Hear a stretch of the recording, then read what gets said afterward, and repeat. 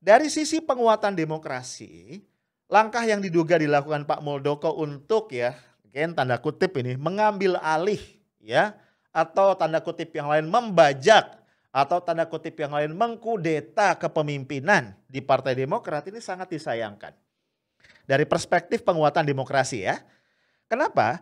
Karena ini akan memperkuat sinyalemen, memperkuat kekhawatiran, memperkuat apa? Dugaan-dugaan yang semakin clear ya bahwa telah berlangsung secara masif ya konsolidasi kekuasaan ke satu tangan. Yaitu ke tangan siapa? Ke tangan Presiden Jokowi, ke tangan rejim yang berkuasa saat ini. Ya, ini langkah-langkah yang istilahnya itu TSM. Ya, terstruktur, sistematis dan masif gitu TSM ya. Yang juga adalah berkaitan dengan upaya menghancurkan oposisi. Jadi mengkonsolidasikan kekuasaan di satu tangan dan kemudian bagaimana menghancurkan atau menghabisi kekuatan-kekuatan oposisi.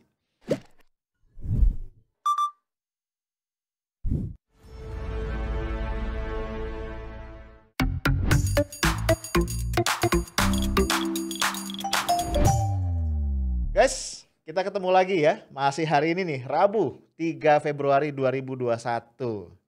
Gue akan ngajak lu ngobrol tentang kudeta. Masih topiknya kudeta. Tentu bukan kudeta yang jauh ya di Myanmar sana. Itu kudeta militer terhadap pemerintahan sipil yang dituduh curang ketika memenangkan pemilu. Ya mudah-mudahan nggak terjadi ya di Indonesia. Ya kita mau ngomongin adalah kudeta di Partai Demokrat. Ya ini gue lansir berita atau gue cuplik berita dari CNN Indonesia Selasa kemarin. Masih hangat ya. Judulnya 4 faksi pendiri Demokrat diklaim bersatu dukung Muldoko. Politikus senior Partai Demokrat Yus Sudarso mengungkapkan terdapat 4 faksi pendiri Partai Demokrat yang ingin Kepala Kantor Staf Presiden KSP Muldoko menggantikan Agus Harimurti Yudhoyono atau AHY sebagai Ketua Umum Partai Demokrat. Yus membeberkan 4 faksi pendiri Demokrat yang mendukung Muldoko. Faksi pertama menurutnya berada di barisan Ketua Umum Partai Demokrat 2001-2005 Subur Budi Santoso. Faksi kedua lanjutnya ialah di barisan Ketua Umum kedua Partai Demokrat yakni Mendiang Hadi Utomo. Selanjutnya faksi ketiga dipimpin oleh Ketua Umum ketiga Partai Demokrat Anas Urbaningrum, ya kita tahu terlibat kasus korupsi. Sedangkan faksi keempat ialah di barisan mantan Ketua DPR RI Marzuki Ali. Keempat faksi tersebut disebut Yus sudah bertemu dan mencapai persamaan pandangan setelah mempertimbangkan tantangan yang akan dihadapi Demokrat ke depan akan semakin berat. Ya, keempat faksi ingin Muldoko gantikan AHY, kurang lebih begitu. Kata Yus saat ditemui usai menggelar konferensi pers di kawasan Kuningan, Jakarta Selatan pada Selasa kemarin ya. Ia menerangkan pihaknya merasa bahwa Muldoko merupakan sosok yang tepat untuk menduduki jabatan pemimpin Partai Demokrat. Sementara itu Yus melanjutkan AHY akan menjadi prioritas untuk menjabat sebagai menteri bila Demokrat berhasil memenangkan Pilpres 2024 yang akan datang. Menurutnya langkah itu akan membuat AHY semakin matang dan lebih siap menjadi pemimpin Indonesia pada 10 tahun mendatang. Yus Sudarso mengatakan, kawan melihat figur yang pas untuk di-create adalah Muldoko. Akan tapi kami sayang SBY, Pak Susilo Bambang Yudhoyono yang maksudnya sayang AHY. Kalau Demokrat punya presiden, pastinya AHY skala prioritas menjadi menteri kami dan 10 tahun ke depan beliau akan lebih matang untuk menjadi pemimpin bangsa ini. Jadi kalau kita lihat tuh narasinya tuh kayaknya sangat ini ya, sangat wise gitu. Ingin agar AHY itu lebih matang dan nanti bisa diusung untuk menjadi pemimpin di level nasional. Nah menurut Yus, 4 faksi itu telah bertemu dalam satu titik untuk kebaikan Demokrat di masa datang. Jadi tanpa ada rekayasa, kawan-kawan ini bertemu dalam satu titik pemikiran bagaimana Demokrat ke depan. Itu kata-kata dari Yus Sudarso ya. Nah sebelumnya, Kepala Badan Komunikasi Strategis DPP Partai Demokrat, Herzaki Mahendra Putra menuding bahwa upaya pengambil alihan partainya oleh Muldoko dilakukan untuk kepentingan 2024. Eh, Herzaki mengatakan begini ya, mereka pengurus Demokrat dipertemukan langsung dengan KSP Muldoko yang ingin mengambil alih kepemimpinan Partai Demokrat secara inkonstitusional untuk kepentingan pencapresan 2024. Herzaki mengatakan pernyataan tersebut berdasarkan pengakuan dari para pengurus pimpinan pusat dan daerah Partai Demokrat yang sempat bertemu dengan Muldoko. Pertemuan itu, kata dia, turut membahas kudeta bagi pimpinan Demokrat. Ia mengatakan tindakan Muldoko ini dinilai sebagai penyalahgunaan kekuasaan dengan cara mencatut nama Presiden Joko Widodo. Ya, karena memang kita tahu ya, Mas Andi Arief nih salah satu politisi Demokrat yang juga ketua Bapilunya Demokrat kalau gua nggak salah, itu mensinyalir ya bahwa Muldoko mengeluarkan statement langkahnya mengambil alih Demokrat itu mendapat restu dari Presiden Joko Widodo. Nah guys, gue disclaimer dulu ya. Ini perlu nih ya. Gue ini bukan anggota Partai Demokrat dan gak ada hubungan apapun dengan Partai Demokrat ya. Ini perlu gue garis bawahi. Jadi analisis atau catatan apapun yang gue berikan ini sifatnya subjektif gue sebagai person dan juga independen ya. Pertama guys, menurut gue nih ya, faksi-faksi dalam parpol itu hal yang wajar. Ini perlu kita garis bawahi. Jadi kalau lo denger ya di partai X ada faksi, di partai Y ada faksi, itu hal yang sangat-sangat biasa. Ya seperti yang pernah gua ulas di beberapa podcast gua, parpol itu kumpulan ya dari orang-orang yang berpolitik. Tujuan politik yang paling elementer itu adalah merebut kekuasaan. Jadi wajar ya kalau perebutan kekuasaan itu pun terjadi di dalam atau di internal parpol. Itu yang pertama, analisis atau notes gua ya. Notes gua yang kedua. Nah, karena parpol itu lazim sekali menjadi arena perebutan kekuasaan, maka peran konstitusi parpol dan juga kesepakatan mengenai etika berpolitik itu menjadi krusial. Untuk menghasilkan apa? Menghasilkan proses perebutan pengaruh dan kekuasaan yang tidak brutal dan juga tidak menghalalkan segala cara. Nah, konstitusi partai itu dan juga kesepakatan mengenai etika berpolitik tadi ini akan menjadi rujukan mana perilaku-perilaku berpolitik yang tanda kutip halal ya, mana yang tidak halal atau dalam tanda kutip haram dalam versi parpol yang bersangkutan. Baik perilaku politik yang ditujukan dalam internal ya, internal parpol maupun juga dalam konteks keluar. Nah itu tadi ya ukurannya adalah konstitusi partai dan juga etika berpolitik yang disepakati. Nah guys, terkait dengan manuver beberapa kader seperti yang diceritakan di atas tadi ya, yang ada 4 faksi bertemu ya, menyepakati mengusung Muldoko jadi ketum dan seterusnya, atau juga kabar pertemuan Muldoko sebelumnya ya, yang ditengarai terjadi tanggal 27 Januari. Ya entah itu terjadi di kediamannya Pak Muldoko sesuai dengan klaimnya Pak Muldoko, dia dikunjungi oleh banyak orang Demokrat, atau terjadinya di mana Hotel Aston Rasuna lantai 28 jam 9 malam misalnya ya, sesuai dengan klaimnya atau statement dari beberapa pihak di Demokrat ya, gue nggak mau ngebahas itunya. Nah, tapi poin gue adalah apakah perilaku itu ya ini tanda kutip halal atau tidak ya, menyalahi atau tidak, ini rekan-rekan Demokrat sendiri yang tentu punya kewenangan atau punya kapasitas untuk menentukan. But again ya rujukannya mestilah konstitusi partai dan juga etika berpolitik yang disepakati sebagai standar atau sebagai rujukan bersama. Itu notes gua yang kedua ya. Nah ini notes gua yang ketiga nih. Ini menurut gua notes gua yang paling penting karena itu gua letakkan di belakang.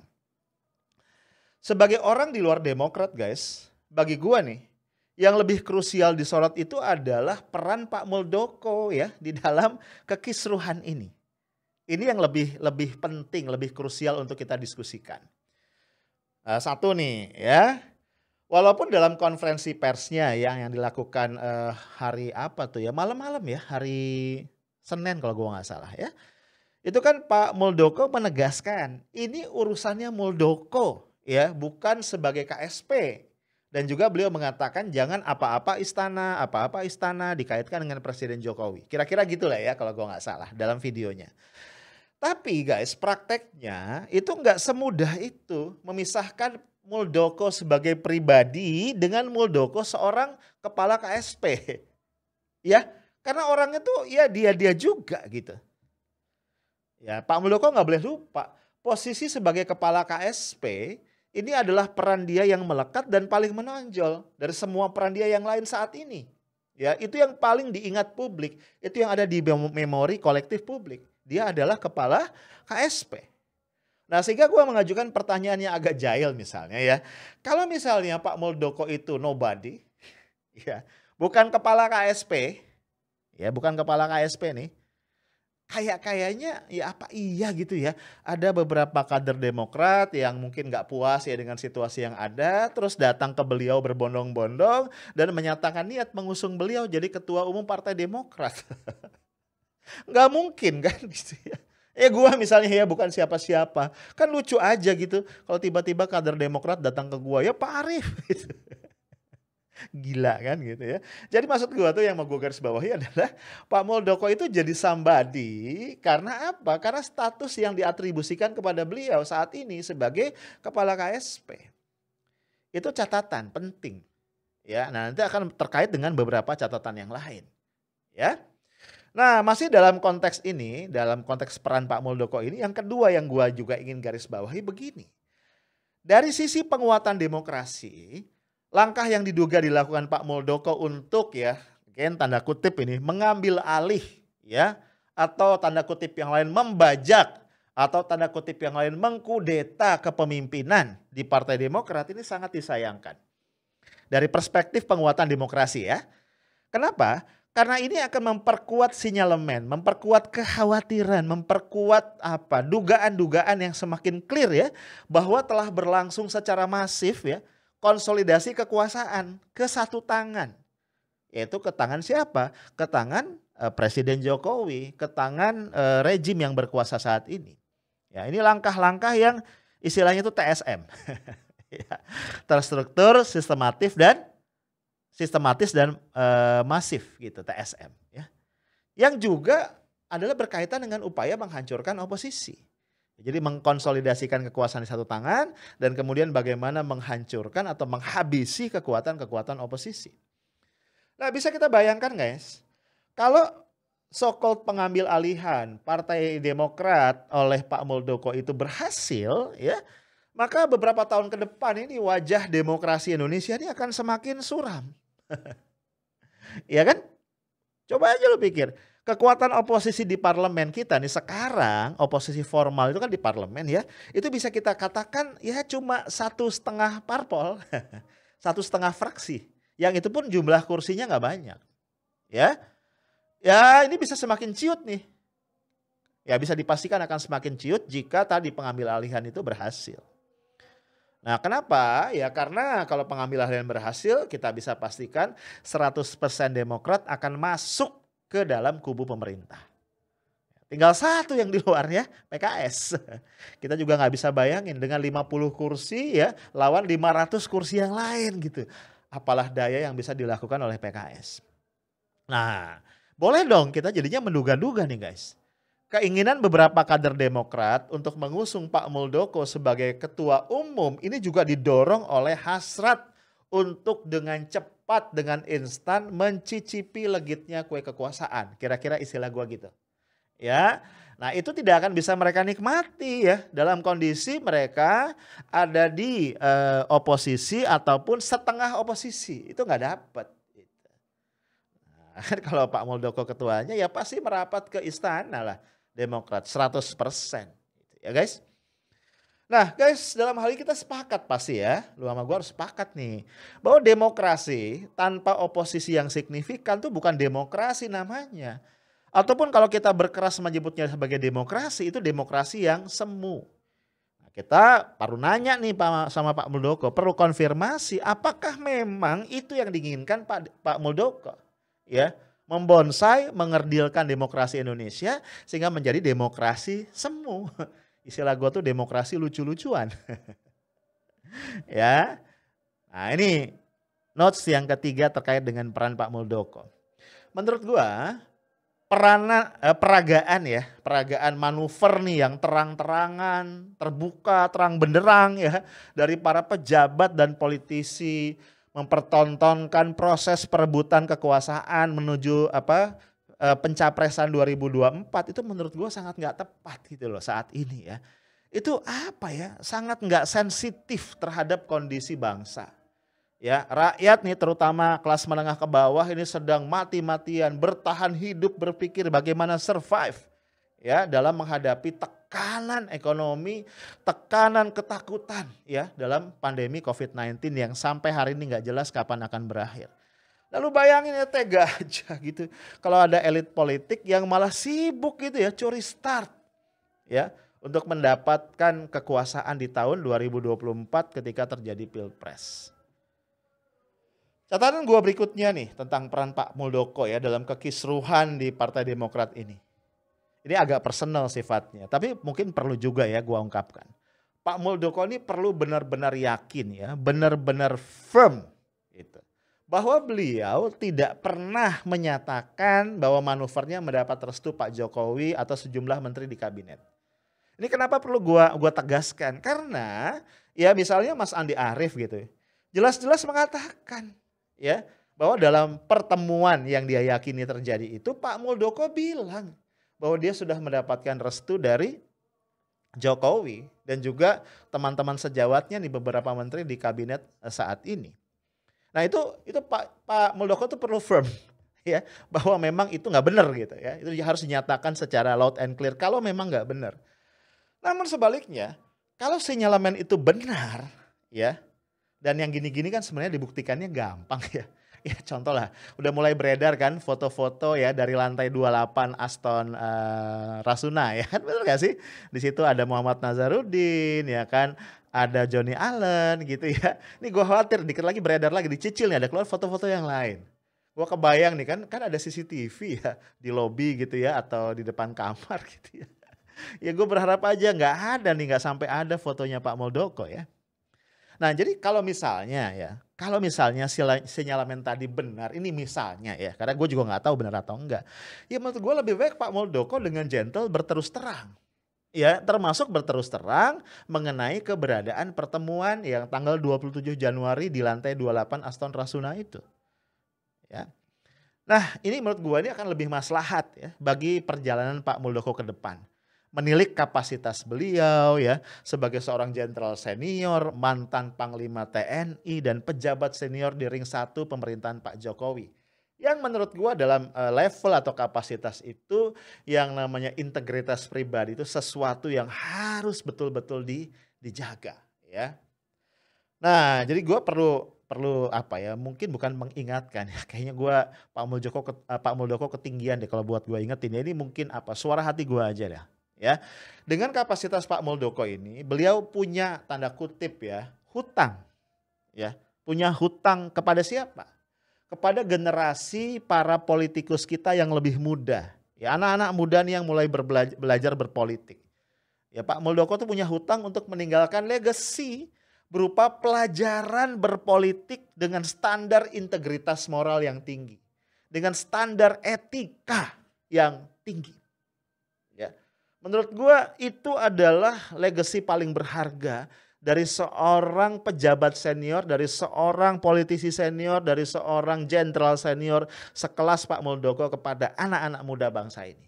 Ya, standar etika berpolitik, standar integritas yang tinggi. Ya, dengan kata lain gue pengen mengatakan Pak Muldoko itu patut merenungkan guys. Beliau ingin dikenang oleh bangsa Indonesia, terutama oleh generasi muda, sebagai apa atau sebagai siapa. Ya. Nah guys, gue juga ingin ingetin bahwa ada kanal baru nih di FNN yaitu OTR ya, Off the Record FNN. Di kanal ini gue bersama jurnalis senior FNN, sejawat gue Bung Hersu Beno Arif, itu ngebahas behind the scene dari berbagai berita yang berseliweran di media, termasuk media sosial. Ya, jadi kalau lo pengen tahu ada apa di balik berita, ya pantengin terus FNN Off the Record. Itu aja dari gua, stay tough, smart, and professional. Assalamualaikum warahmatullahi wabarakatuh.